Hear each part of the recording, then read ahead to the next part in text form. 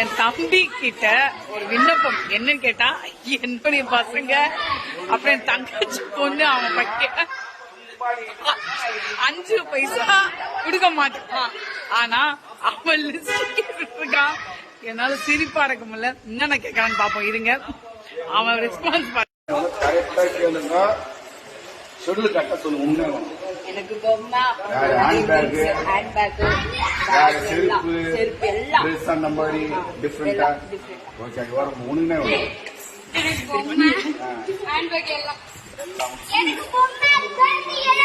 கண்டதுங்க யாரு முதல் அப்படி சுத்துறியா போனா எவ்வளவு தரடா? எவ்வளவு தர? 10 இரு போதுமா?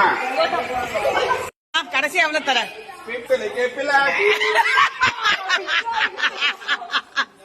எதிர்பார்த்ததான் இது.